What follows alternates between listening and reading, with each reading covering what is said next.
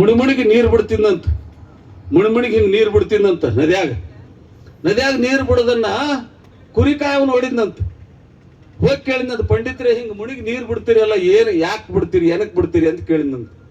ಅವ ಹೇಳಿದಂತ, ನಮ್ಮ ಅಪ್ಪ ನಮ್ಮವ್ವ ಸತ್ತಾರ, ಅವ್ರ ದಿನ ಇವತ್ತ ಸ್ವರ್ಗದಾಗ ಅದಾರ, ಅದಕ್ಕೆ ನದಿಯನ್ನು ನೀರು ಬಿಡ್ತೀನಿ ಅಂತ ಹಿಂಗೆ ನೀರು ಬಿಡ್ಲಾಕತ್ತಂತ. ಕುರಿಕಾಯ ಸುಮ್ ಕುಂದಿರ್ಬೇಕಿಲ್ಲ. ಇವ ಏನ್ ಮಾಡಿದಂತ, ದಂಡಿಗೆ ಹೋಗಿ ನೀರು ತಗೊಳ್ಳೋದು ದಂಡ್ಯಾಗ ಚೆಲ್ಲೋದು, ನೀರು ತಗೊಳ್ಳೋದು ದಂಡ್ಯಾಗ ಚೆಲ್ಲೋದು ಮಾಡಕತ್ತಿವ ಕುರಿಕಾಯವ. ಅವ ಅಂದೆ, ಧಾರಂಟದ ಏನ್ ಮಾಡಕತ್ತಿದ ಅಂದ. ನೀ ಏನ್ ಮಾಡ್ಲಕತ್ತಿ ಅದನ್ನೇ ನಾನು ಮಾಡ್ಲಕತ್ತೀನಿ ಅಂದ. ಏನ್ ಮಾಡ್ತಿ ಹೇಳು ಅಂದ. ಇಲ್ಲಿಂದ 8 ಕಿಲೋಮೀಟರ್ ಮೇಲೆ ನಮ್ಮ ತೋಟದ ನೀರು ಬಿಡ್ಲಕತ್ತೀನಿ ಅಂದ. ಅವ ಎಷ್ಟು ಕಿಲೋಮೀಟರ್ ಅದ ತೋಟ, ನೀರ್ ಬಿಟ್ಟು ಹೋಗ್ತದ ಅಲ್ಲಿಗೆ. ಅವ ಬ್ರಾಹ್ಮಣರ ಪಂಡಿತ ಅಂದ, ಹುಚ್ಚುಗೊಟ್ಟಿ, ಎಲ್ಲಿ ತೋಟ, ಎಲ್ಲಿ ನೀರು ಬಿಡ್ತೀವೋ, ಇಲ್ಲಿದ ನೀರು ಬಿಟ್ರಿ ಹೆಂಗ ತೋಟಕ್ಕೆ ಹೋಗ್ತಾವಂದ. ಅವ ಅಂದ, ಹುಚ್ಚುಗೊಟ್ಟಿ, ಎಲ್ಲಿ ಸ್ವರ್ಗ, ಎಲ್ಲಿ ನಿಮ್ಮ ಅಪ್ಪ ನಿಮ್ಮವು, ತಿಳಿತಿಲ್ಲ. ತಿಳಿದ್ರಿ, ಆದ್ರೂ ನಾವು ಅದೇ ಮಾಡೋ ಪೈಕಿ ನೀವಿದೆ ಅಂತ. ನಾವು ಇಲ್ಲೆಲ್ಲ ಮಾತಾಡಿವಲ್ರಿ, ದೇವ್ರು ಮಾಡೋರೆ, ಕುರಿ ಕೊಯ್ಯೋರೆ, ಕೋಳಿ ಕೊಯ್ಯೋರೆ, ಮರಗಂಬು ನೇವುದೆ ಮಾಡೋರೆ, ಪಾಣ ಕಡೆಯವ್ರೆ. ಇವೆಲ್ಲ ನೀವು ಉದ್ಧಾರ ಆಗಬಾರ್ದು ಅಂತ ನಿಮ್ಮ ತಲೆಯಾಗಿಟ್ರು. ನೀವು ನೋಡ್ರಿ, ನಿಮ್ ಮನ್ಯಾಗ ಸತ್ರ ಹೋಗ್ತೀರಿ ಸ್ವಾಮಿ ಬಲ್ಲಿ, ಯಪ್ಪ ನಮ್ಮ ಅಪ್ಪ ಸತ್ತಾನ ಅಂದ್ಗಳೇ, ಇಂಥ ನಕ್ಷತ್ರ, ಇಂಥ ಗೋತ್ರ, ಇಂಥರ್ದಾಗ ಸತ್ತಾನ, 3 ತಿಂಗಳು ಮನಿ ಬಿಡ್ಬೇಕು ಅಂತ ಹೇಳ್ಬಿಡ್ತಾರ. ನೀವು 3 ತಿಂಗಳು ಸಂಸಾರ ಮಾಡಿದಂತ ಮನಿ ಕತ್ತಲ ಹಾಕಿ ದರಿದ್ರ ತಂದ್ಕೋತೀರಿ. ಮಠದಾಗ ಸತ್ರ ಯಾರೇ ಮಠ ಬಿಟ್ಟಾರ ನಿಮ್ಮೂರ. ಕಡ್ಕೊಳ ಮಡಿವಾಳಪ್ಪ ಹೇಳ್ತಾರೆ, ಮುಡಿಚಟ್ಟಿನೊಳಗೆ ಬಂದು ಮುಡಿತಟ್ಟಿ ಅಂತಿದ್ದಿ, ಮುಡಿಚಟ್ಟಿ ಆವಲ್ಯ ಅದ್ ಹೇಳಣ್ಣ, ಮುಟ್ಟಾದ 3 ದಿನಕ್ಕೆ ಹುಟ್ಟಿ ಬಂದವ ನೀನು, ಮುಡಿಚಟ್ಟಿ ಆವಲ್ಯ ಅದ್ ಹೇಳಣ್ಣ. ಕಡ್ಕೊಳ ಮಡಿವಾಳಪ್ಪ ಹೇಳಿದ ಮಾತು ನಂದಲ್ಲ. ಊರನರಕ್ಕೋ ತಿಂದು ಬೋರೆ ಆಡಿ ಹಿಂಡು ಎಮ್ಮಿ ಹಾಲಿನ ಸೇವಿ ನೋಡಣ್ಣ. ಈಗ ಹಾಡಿದ್ರು ನಮ್ ಕ್ರಾಂತಿ ಗೀತೆ ದೇವದುರ್ಗದವ್ರು ಏನ್ ಹಾಡ್ತೀರಪ್ಪ, ಮಸ್ತ್ ಹಾಡಿದ್ರು ನೋಡು.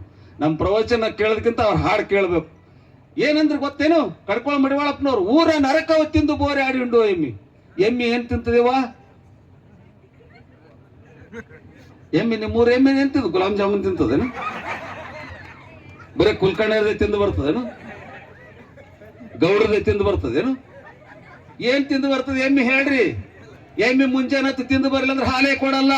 ಕೇಳ್ರಿ ಅವುಗಳಿಗೆ, 1 ತಾಸು ಬಿಟ್ಟು ಬಿಡ, ಹಿಂಗ್ ಹೋಗಿ ಬಂತಂದ್ರ 1 ಚರಿಗೆ ಹಾಲು ಇಡ್ತದಂತಾರ, ವಾಕಿಂಗ್ ಹೋಗಿರ್ತದ ಅನ್ನೋದು. ಅದಕ್ಕೆ ಕಡ್ಕೊಳ ಮಡಿವಾಳಪ್ಪ ಹೇಳ್ತಾನೆ, ಊರ ನರಕವ ತಿಂದು ಬೋರೆ ಆಡಿ ಹಿಂಡು ಎಮ್ಮೆ ಹಾಲಿನ ಸವಿ ನೋಡಣ್ಣ, ಅದರ ಸಿಹಿ ಹತ್ತಿ ಉಂಡು ಗಂಟಾಗಿ ಕುಳಿತಿದ್ವಿ, ಶೀಲ ಎಲ್ಲಿ ಉಳಿತು ನಮ್ಮ ಅಣ್ಣ ಅಂತ ಕೇಳ್ತಾನೆ. ಕಡ್ಕೊಳ ಮಡಿವಾಳಪ್ಪ ಕೇಳ್ತಾನೆ ಈ ಮಾತಾನೆ. ಎಮ್ಮೆ ಅಂದ್ರೆ ದೇವ್ ಅಂತ, ಆಕಳಂದ್ರೆ ದೇವ್ರ ಅಂತ. ಇವ್ರು ಸೋಗಲಾಡಿಗಳು ಬರ್ತಾರ ಒಳಗೆ. ಎಮ್ಮಿ ದೇವ್ರಿ, ಮತ್ತೆ ದೇವಿನ ಹಾಲೆ ಹಾಕೊಂಡ್ತಪ್ಪ ನೀನು. ಎಮ್ಮಿ ದೇವ್ ಅಂತ, ಆಕಳ ದೇವ್ರಂತ. ಆಕಳಿಗೆ ಅದಕ್ಕೆ ಒತ್ತಾಯ ಮಾಡಿ ಒಳಗೆ ಹೋಗ್ಸದ್ ಮನ್ಯಾಗ. ಅದು ಅಂಜಿ 2 ಮಾಡ್ಕೊತದ್ರಿ. 2 ಮಾಡೋದಂದ್ರೆ ನಿನ್ ದೈ ಚಲೋ ಅಂತ. ನಿನ್ ದೈ ಚಲೋ ಸಲ ಮಾಡ್ಕೊಂಡಿಲ್ಲ, ಅದು ಅಂಜಿ ಮಾಡ್ಕೊಂಡದ. ಇದನ್ನ ತಿಳ್ಕೊಂಡು ಇಂಥ ಮೂಢನಂಬಿಕೆಗಳು ನಮ್ಮ ತಲೆಯೊಳಗೆ ಹಾಕ್ತಿದ್ರೆ, ಇಂಥವ್ ಹೇಳಿದವ್ರಿಗೆ ನೀವು ಖಲಾಸ್ ಮಾಡಿಬಿಡ್ತೀರಿ. ಇದೊಂದು ಕೆಟ್ಟ ಚಾಳಿ ಅದ್ ನಿಮ್ಮಲ್ಲಿ. ಯಾರು ವಿಚಾರ ಹೇಳ್ತಾರ, ಯಾರು ತತ್ವ ಹೇಳ್ತಾರ, ಯಾರು ಒಳ್ಳೇದ್ ಹೇಳ್ತಾರ, ಅವ್ರನ್ನ ಮಾಡಿಬಿಡ್ತೀವಿ. ಆದ್ರೂ ನಾವು ಅಂಜಂಗಿಲ್ರಿ. ನಮ್ಮಂತವ್ರು 1000 ಜನ ಮತ್ತೆ ಹುಟ್ಟಿ ಬರ್ತಾರ. ಒಬ್ಬ ಬಾಬಾ ಸಾಹೇಬ್ ಅಂಬೇಡ್ಕರ್ ಅವ್ರು ನಿಮ್ ತಲೆಯಾಗ ತುಂಬಿದ್ರಿ, ಮಳ್ಳುಗೊಳೆ ಗುಡಿ ಸುತ್ತರದ್ರಿ ಏನ್ ಬರ್ತದೋ, ಗುಡಿ ಸುತ್ತರದ್ರೆ ಏನ್ ಬರ್ತದ. ಆ ದೇವರೇ ನಿಮ್ ದಾರಿ ನೋಡ್ಕೊಂಡ್ ಕುಂತಿದ್ರ, ನೀವು ಹಾಲ ನೀವು ತುಪ್ಪ ಹಾಕಿದ್ರೆ ಉಣ್ತದ. ಅದಕ್ಕೆ ಯಾಕೆ ಗುಡಿ ಸುತ್ತರಿತೀರಿ? ಗುಡಿ ಸುತ್ತರ್ಲಕ್ ಹೋಗ್ಬೇಡ್ರಿ. ನೀವೇನ್ ಮಾಡ್ರಿ ಅಂತ ಕೇಳಿದ್ರೆ, ಗ್ರಂಥಾಲಯಕ್ಕೆ ಹೋಗ್ರಿ. ಗುಡಿಗೆ ಹೋಗೋದಕ್ಕಿಂತ ಗ್ರಂಥಾಲಯಕ್ಕೆ ಹೋಗ್ರಿ. ಒಂದು ಒಳ್ಳೆ ಪುಸ್ತಕ ಓದ್ರಿ, ನಿಮ್ಮ ಮಸ್ತಕ ಶಿಸ್ತಾಗ್ತದೆ ಅಂತ ಹೇಳಿದವರು ಡಾಕ್ಟರ್ ಬಾಬಾ ಸಾಹೇಬ್ ಅಂಬೇಡ್ಕರ್ ಅವರು. ಅದು ಇದು ಬಿಡ್ತೀವಿ, ಗುಡಿ ಸುತ್ತರೆದು ಅದು ಮಾಡೋದು ಮಾಡ್ತೀವಿ. ಇವೆಲ್ಲ ಮಾಡೋದ್ರಿಂದ ನಮ್ಮ ಬದುಕು ಜಾಗೃತಿಗೊಳ್ಳೋದಿಲ್ಲ.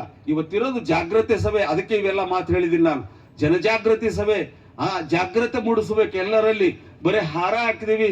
ನಮ್ ಗೌಡ್ರು ಹೇಳ್ತಿದ್ರು, ಏನ್ರಿ ಅಪ್ಪವ್ರೆ ಇದಕ್ಕೆ 1500 ರೂಪಾಯಿ ಖರ್ಚು ಮಾಡ್ಯಾರ ನೋಡ್ರಿ ಇಷ್ಟಕ್ಕೆಲ್ಲ. ಅವೆಲ್ಲ ಖರ್ಚು ಮಾಡೋದ್ರ ಬದಲು ನೀವೇನ್ ಮಾಡ್ಬೇಕು, ಒಂದು ಗುಲಾಬಿ ಹೂವ ಕೊಡ್ರಿ.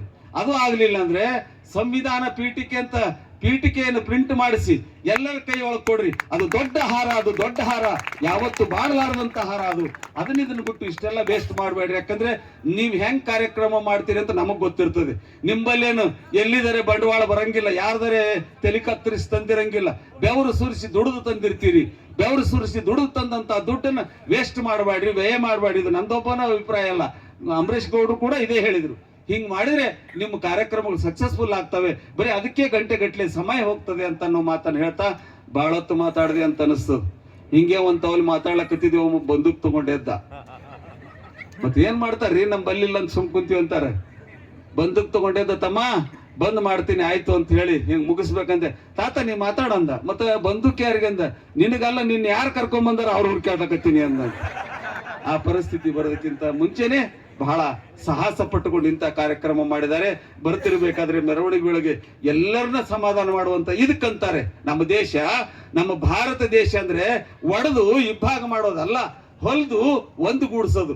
ಅಲ್ಲಿಂದ ಇಲ್ಲಿಗೆ ಬರ್ತಿರ್ಬೇಕಾದ್ರೆ ಯಾವ್ಯಾವ ದೇವಸ್ಥಾನಗಳು ಯಾವ್ಯಾವ ಮೂರ್ತಿಗಳು ಸಿಗ್ತಾವೋ ಅವೆಲ್ಲಕ್ಕ ಮಾಲಾರ್ಪಣೆ ಮಾಡ್ಕೊಂತ ಬಂದಿರಲ್ಲ. ಇದು ಭಾವೈಕ್ಯತೆ ಭಾರತ, ಇದು ಭಾರತ ಕಲಿಸಿದಂತ ಪಾಠ. ಇದು ಇಬ್ಬಾಗ ಮಾಡೋದಲ್ಲ, ಜಾತಿ ವಿಭಜನೆ ಮಾಡೋದಲ್ಲ.